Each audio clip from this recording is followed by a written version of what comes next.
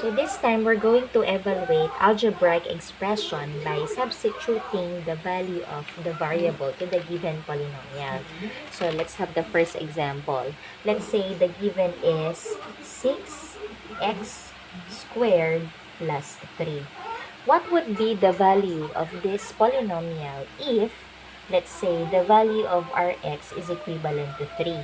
So, ang gagawin lang natin is just simply substitute. Pag sinabi nating substitute the value, kung ano yung variable na nandun sa polynomial, ipapalit lang natin kung ano yung value na given. So, instead of writing x, ipapalit natin ay 3. So, ang ibig sabihin ng 6x squared is 6 times the value of x squared. So, substitute natin. So, this will become 6 times. So, sa algebra, gumagamit tayo ng parenthesis to represent for multiplication. Kasi ang x ay ginagamit as a variable at hindi ang multiplication symbol. Okay? So, gamit tayo ng parenthesis. So, 6x squared, ibig sabihin, 6 times the value of x. Ano ba yung value ng x? Ang value ng x ay 3. So, 6 times 3 and then square natin. Then, just copy the given plus 3. So, next, ang gagawin natin, following the Gemdas rule. Ano ba yung Gemdas rule? So, for the Gemdas rule, so, unahin natin, let's say, kung merong naka-groupings or merong naka-exponent, then, you start simplifying multiplication and division before addition and subtraction. Okay? So, here in the given, meron tayong exponent. So, first, we're going to simplify yung naka-exponent. So, pag sinabi natin 3 squared, ibig sabihin, you are multiplying 3 2 times by itself. Hindi yan 3 times 2. Pero yung ibig sabihin ng 3 squared, ay 3 times 3. So, gumagamit din tayo ng it's either that to represent multiplication operation. So, this will become 6 times 3 squared is equivalent to 3 times 3, which is equivalent to 9. So, 6 times 9 plus 3. So, we're already done with the exponent. So, simplify natin itong multiplication. So, pag sinabi natin 6 times 9, so 6 times 9 is 54, then plus 3. So, pwede na natin siyang simplify. 54 plus 3, that is equivalent to 57. So, ibig sabihin, ang value ng polynomial na 6x squared plus 3, if ang value ng x is equal to 3, the answer is 57. So, next example.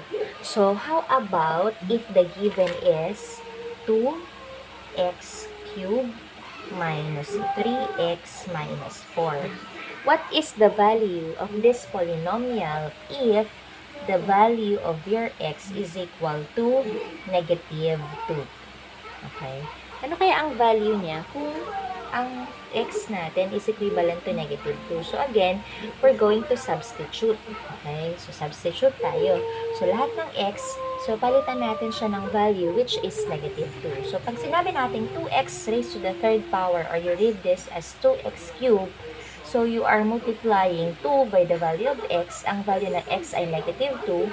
So, change lang natin yung x as negative 2 and then raise it to the third power. Then, minus 3x. Ibig sabihin ng 3x ay 3 times the value of x. Ang value ulit ng x ay negative 2. So, multiply that by negative 2.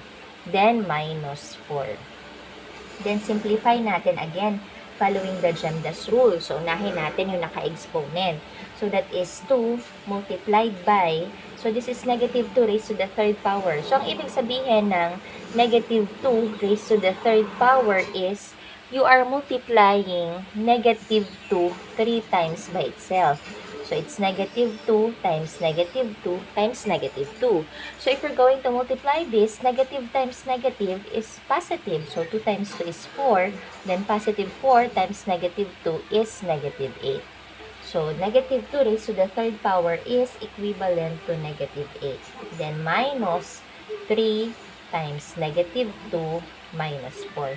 So, since na-simplify na natin yung merong exponent, i-simplify na natin yung multiplication. This one.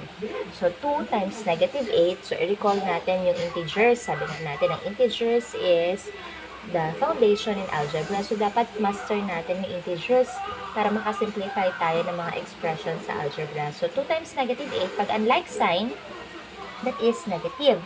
So, 2 times 8 is 16. They are unlike sign. So, this is negative 16. How about negative 3 minus 2? Negative times negative. Ang ibig sabihin ng minus 3 ay the same thing as plus negative. So, negative and negative is positive. That is will become to positive 6. And then you still have negative 4. So, you can now simplify negative 16 plus 6. So, the answer is, they are unlike sign. Pag unlike sign, so, ibig sabihin, subtract natin. So, negative 16 plus 6 is negative 10 minus 4. So, negative 10 minus 4. So, ibig sabihin ng minus ay plus negative. So, if you change the sign here, this will become negative. So, ang answer dyan ay negative 14. So, ibig sabihin, ang value ng 2x cubed minus 3x minus 4, if x is equal to negative 2, the answer is negative 14. So, let's try the third example. Let's say the given is 3a squared b minus 2ab plus 4. What is the value of this polynomial if ang value ng a natin ay positive 2 at ang value ng b natin ay negative 1? So, again, isa-substitute lang ulit natin yung mga value na nandito. So, lahat ng A, ipapalit natin ay 2, isa-substitute. So, lahat ng B, ibig sabihin, ang value niya ay negative 1. So, pag magkakatabi yung mga constant and variable, ibig sabihin, ang operation nun ay multiplication. So, ibig sabihin nito ay 3 times the value of A squared times B. Okay? So, substitute natin. So, this will become 3 times, ang value ng A natin ay 2. So, that is 2 squared times the value of B is negative 1. So, times negative 1. Minus. So, minus yon 2AB. Ibig sabihin ng 2AB is 2 times the value of A, which is 2, times the value of B, which is negative 1. Then, plus 4. Simplify muna natin itong mga multiplication. Okay? Or since, ito yon may exponent, so ibig sabihin nun ay 3 times 2 squared. Ibig sabihin ng 2 squared ay 2 times 2. So, that is multiplied by 4 times negative 1 minus 2 times, kopyahin ko lang 2 times 2 times negative 1 plus 4. So, i-simplify na natin ito. So, pwede na natin siya i-multiply. 3 times 4 is 12. Positive 12 times negative 1. So, unlike sign sila, so the answer is negative 12. And the other one, this is minus. Ibig sabihin ng minus ay plus negative.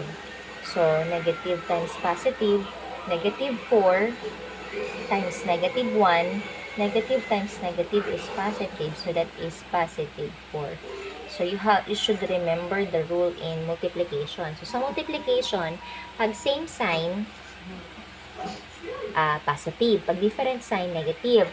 Kapag ang bilang ng negative numbers ay even number, so positive ang result. Katulad nito, ilang negative numbers meron? 2. Kaya ang result niya positive.